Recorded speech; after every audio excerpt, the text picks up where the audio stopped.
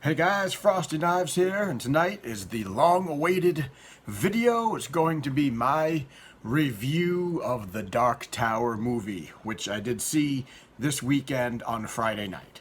Now I'm going to start off by saying that this is going to be a spoilerless review. I'm not going to spoil anything about the movie, any of the details. If you want me to give a spoiled review, talk about what was in the movie, talk about how the movie compared to the books and what was left in, what was left out, how the books compared to the movies, I can do that. Just put it in the comments below if that's what you want. I just spit all over myself. Put it in the comments below, and I'll make a second video going into depth and detail about the movie. But as of this review, this is going to be pretty much a spoilerless review because I don't want to spoil anything for those of you who have not seen it yet. So, The Dark Tower, the long-awaited Dark Tower movie with Idris Elba and Tom Taylor, Matthew McConaughey. So what did I think about the movie? What is my review of the movie? Well, first I want to start off by saying that a lot of people are calling this movie a lot of different things. People are calling it, is this an adaptation of the books? Is this a sequel? What type of movie is this? And I started to think about it a couple of days about what type of movie I thought this was. Is this an adaptation of the best-selling 8 novels of Stephen King? No, it's not. Is this a sequel? A lot of people are saying this is Roland's Another Time Around the Wheel. Is this a sequel? In my opinion, no, it's not. What this movie is, in my opinion, is not an adaptation. It is not a sequel. It is an interpretation, an inspiration. It should be not based on the books by Stephen King, but more like inspired by the books by Stephen King. Because there's a lot in the movie. There's a lot left out of the movie. And it really focuses on the 3 people. It really focuses on the Man in Black, the gunslinger, and Jake. The movie is 95 minutes long. A lot of people have said that the movie is too short. It could go with a little bit longer, but the movie is very fast-paced, very clipped together. Does it bounce around a little bit? Yes, it does, and it goes from Act 1 to Act 2 to Act 3 rather quickly. There is little to no fat in the movie. There's little to no... I wouldn't take anything out of the movie. I would add things in the movie, but I wouldn't take things out of the movie. Maybe on the DVD release, Blu-ray release, there'll be an extended cut. There'll be other things in it. I don't know. We'll see. But it could go with... It could benefit from at least another half an hour, possibly 45 minutes to another hour, just to sort of flesh things out, because it didn't feel rushed. It just felt like it went from Act 1 to Act 2 to Act 3 really quickly, and they borrowed a lot from the entire series of books. Not really focused on one book. Well, I will say this. It really draws heavily from Book 1, The Gunslinger, Book 3, The Wastelands, and the last book, which is book 7, The Dark Tower. That's all I'm going to say about that. So let's talk about the movie. Was it good? Did I enjoy it? Am I going to rip it to pieces? First off, I have to say that I liked Tom Taylor as Jake. Watching Jake on the screen, and even though Jake isn't the Jake Chambers of the book, the Jake in the movie is sort of an amalgamation of different characters. I liked Jake in the movie. Jake in the movie, that portrayal is what I pictured Jake in my head as I was reading the books. So that version of Jake spoke to me. I think it was done really, really well. Matthew McConaughey, I actually think this is the first movie I've ever seen him in. I do not think I've ever seen a Matthew McConaughey movie. And I was really pleasantly surprised to say that he did a really good Man in Black. He was what I pictured the Man in Black to be. The snake oil, slick, scheming, arrogant, narcissistic sorcerer that is just taunting and vengefully poking the bear, poking Roland all the time. He did a really good job. And then we have Roland. And a lot of people were questioning how Roland was going to be. This is a much different Roland than the Roland you see in the books. I'm not going to say too much, but what I am going to say is the Roland in the books is a very addicted Roland. It's a very obsessed Roland. He is obsessed with the tower.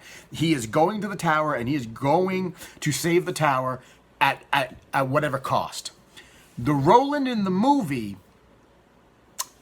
the best word I can use to describe the Roland in the movie is broken. He is broken. He is more or less given up on the tower, and he has focusing on his vengeance for the Man in Black. He doesn't care about being a gunslinger. He doesn't, when we meet him, he doesn't care about being a gunslinger. He doesn't care about saving the tower. All he wants to do is kill Walter. He is a very broken and defeated man.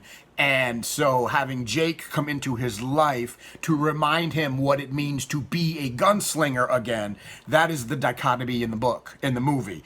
The relationship between Roland and Jake, Roland being a surrogate father to Jake, just like in the books. And then Jake sort of bringing Roland back around to being a gunslinger again. So he's a very different Roland than we've seen in the books. That's not as a bad thing. It's just different. And I think Idris Elba's performance as Roland, I think he did well. I think all three of the major characters played their roles rather well. And I think that the more you watch, as you begin to watch the movie, you begin to forget that these people are actors, and you begin to see Jake and Flag and Roland on the screen, and you begin to become invested in them, and you begin to accept them as characters. There's a lot in the movie that they show you. There's a lot in the movie they don't explain. There's a lot of things in the movie that they do not explain, but if you are a fan of the books and you have read the books, you will understand what you are seeing. You will be able to see what you'll be able to you'll know what you're looking at. They're not explaining it. They don't go very deep into the mythology. They go very shallow in the mythology. This is a Man in Black versus Roland with Jake in the middle movie. They don't go really deep into the mythology, but they put it in the movie for those of us who have read the books and we know what we're looking at. So when we watch the movie, we go, I know what that is. I know where they are. I know what Flag is doing. I know what's going on. And you appreciate it more. It's almost like fan service is being performed. They're not explaining it, but, you know, they are, it's there. And you know it's there, and when you watch it, you know exactly what you're looking at. I have to say that the movie felt nothing like the trailer. The trailer to the movie felt like a generic Hollywood movie, and I even went back and watched my trailer review. I was very disappointed with the trailer, and I thought this movie was going to be crap based on the trailer. The trailer was very Hollywood, very schlocky, very generic. The movie didn't feel like the trailer. It was almost like the trailer was a trailer for another movie, not the Dark Tower movie. I will say that the Dark Tower movie, while not being a adaptation, a blow-for-blow adaptation of the books of what we read, I will say that the movie itself captured the spirit of the books. The spirit of the books was captured in the movie.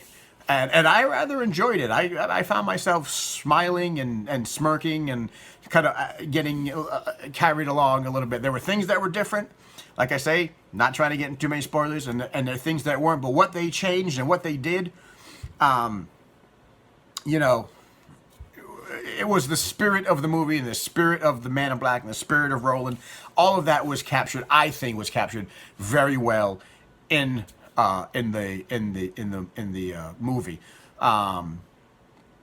Roland was Roland. Roland did a lot of Roland-like things in the movie. The fights, the gunfights, very much Roland. There was a lot of Roland, the way he talked, the way he approached Jake, the way he approached the Man in Black. It was his character, and that was very obvious in the movie. I will say that the movie did give us the one thing that the books never gave us. The one thing, if I'm super critical of the books, of the Dark Tower books, it is because the Dark Tower books never gave us the showdown between Roland and the Man in Black. Never in the books. I was expecting a big showdown for Roland to finally catch Flag and to just have the two of them go at it. Never happened in the books. That is a major criticism of the books, and that is a major disappointment for me. Because it starts out with Roland chasing the Man in Black. That's how the series starts. That's how the movie starts. Roland's chasing the Man in Black, and then over the course of the series, Randall Flagg, the Man in Black, Walter O'Din, whatever you want to call him, he started to become less and less important. Less and less and less and less important until finally it was a secondary character, a really not a very good secondary character, that eventually was the downfall of Randall Flagg, not Roland. And that is a major criticism I have of the books. The movie rectifies that. We finally get our showdown between Roland and the Man in Black, and that is, in my opinion, a major redeeming quality of the movie. I finally get to see the confrontation between the two of them, something that I've been waiting literally 25, 30 years for. I didn't get to read about it. I was disappointed in the way Flagg's demise was handled in the books. I've always disliked that. I always thought Roland needed to go through Flagg to get to the tower. Never happened. Finally happened. And it was really good. It was pretty good the way that it happened. Did they take some liberties? Absolutely. They took a lot of liberties with this movie.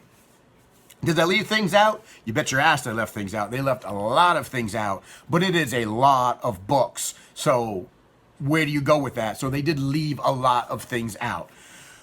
But are they at least on the right track? Are they at least in the right realm of? Yeah, I think they are. I think that this is a good starting point. I think it captured the spirit of the books. I think they're on the right track. I think they're in the right ballpark. And I'm hoping that, I know it's been getting really crap reviews, but there's supposed to be a TV show that's going to follow along with Jake and the Man and Roland. And I kind of hope that we get to see that. I get to hope that we see that and that they don't just scrap the plans for that.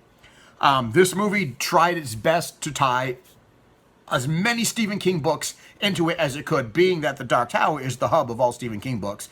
There were Easter eggs and there were references, and if you are paying attention, you will see Easter eggs and references to galore to half a dozen to a dozen other Stephen King books, short stories, other things in the movie. Lots of tie-ins, lots of fan service. It is at the end of the movie, I felt that it was a really good attempt. It's a really good starting point. It captured the spirit of the film of the books really, really well. I think Matthew McConaughey did a good job as Randall Flagg. I think Idris Elba and Tom Taylor did a really good job as Jake. And I was invested in the relationship between Jake and Roland in the movie. Was it rushed? Absolutely, it was rushed. It took 8 books for Roland to actually get to the relationship he had with Jake. It took 95 minutes in the movie. So was it rushed? Yeah, it was rushed. A lot of things were rushed, and they went along with it, and what they left in the dust was the explanations. You know, the way and I hope that maybe this is a gauge to get people interested in the books. My daughter went to see it. She's never read the book, so she's coming from a perspective of never having read the book, so she's heard me talk about it, so she knows a little bit about the story, but never have read the books. She enjoyed the movie. Even though she had never read the source material, she enjoyed the movie. Do I think this is accessible to people? I do.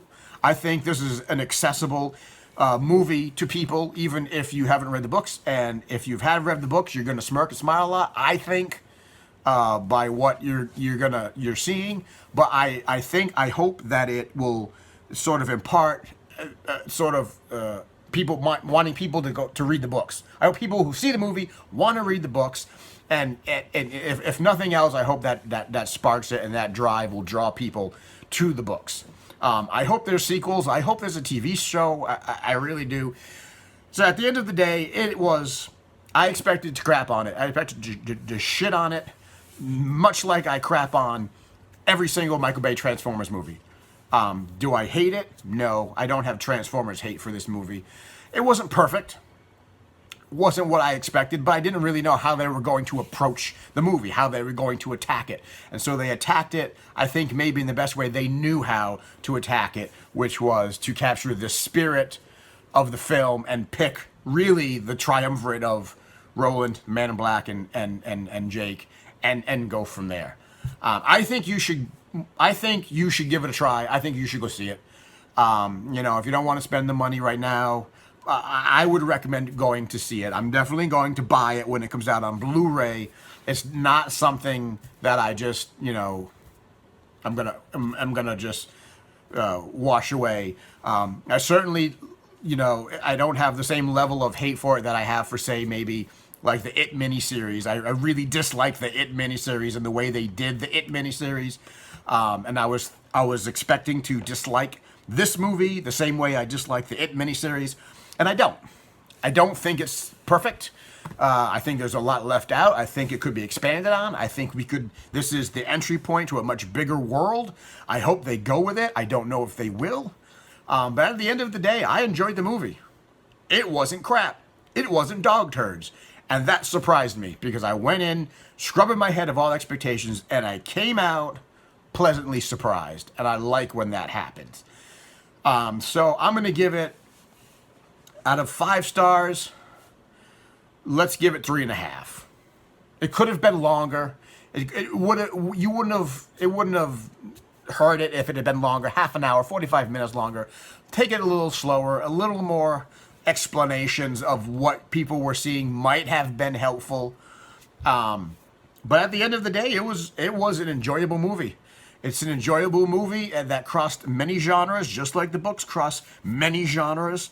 And I think that it's worth your time. And I really did not expect to say that in this review. I did not expect to say that. I expected to say it's utter dog turds wrapped up in more dog turds and monkey feces. And it wasn't. So I give it 3.5 out of 5 stars. Let me know what you think.